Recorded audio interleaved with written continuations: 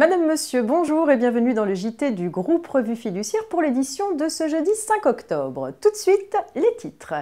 Impôts locaux, nouvelle valeur locative pour les locaux professionnels, pas de nullité du licenciement faute de harcèlement et pour finir, cautionnement.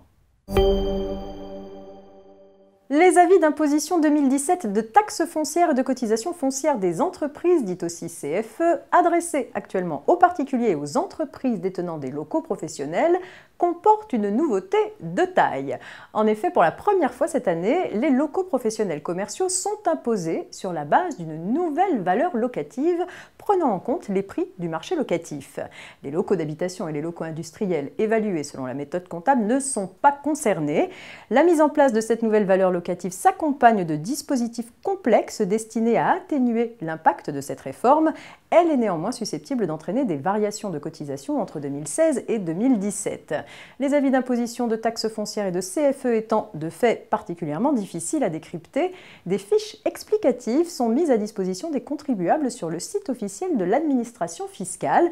En cas de difficulté, il est possible de demander des éclaircissements sur les modalités de calcul des nouvelles bases auprès de son service des impôts. Pas de nullité du licenciement faute de harcèlement dans cette affaire. Pour rappel, un salarié ne peut pas être licencié pour avoir relaté des agissements de harcèlement moral. La rupture du contrat de travail intervenue dans ces conditions est nulle.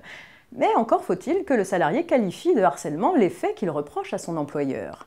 Dans l'affaire qui nous éclaire sur ce point, un cadre dirigeant avait adressé à l'employeur un courriel dans lequel il dénonçait le traitement abject, déstabilisant et profondément injuste que l'entreprise lui faisait subir. Jugeant ces accusations sans fondement, l'employeur l'avait licencié en invoquant un abus dans l'exercice de sa liberté d'expression.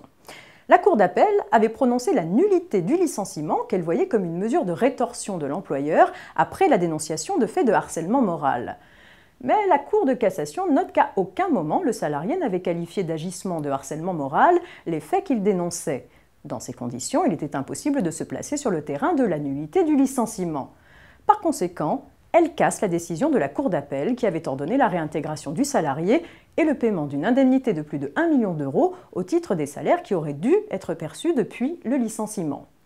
Finalement, la question ici était en réalité de savoir si le salarié avait abusé ou non de sa liberté d'expression et s'il pouvait prétendre à des dommages et intérêts pour licenciement sans cause réelle et sérieuse. Une petite histoire de cautionnement pour terminer. Une banque octroie 2 prêts successifs à une société, moyennant à chaque fois le cautionnement de sa gérante. Peu après, la société est mise en liquidation judiciaire et ne peut donc pas rembourser. La banque se retourne alors vers la caution. La caution refuse de payer et de son côté met en cause la responsabilité de la banque. Elle lui reproche de n'avoir pas respecté son devoir de mise en garde relatif au risque d'endettement encouru par une caution non avertie. Pour sa défense, la banque invoque un article de loi qui stipule que la responsabilité d'une banque ne peut en principe être engagée du fait des concours consentis à une entreprise ensuite mise en faillite. Cet argument est repoussé par les juges. Ce texte ne peut jouer contre une caution non avertie qui agit en responsabilité contre une banque pour défaut de mise en garde. En conséquence, au vu des circonstances de cette affaire, la banque est condamnée à indemniser la caution. C'est la fin de cette édition. Très belle journée à tous et à demain.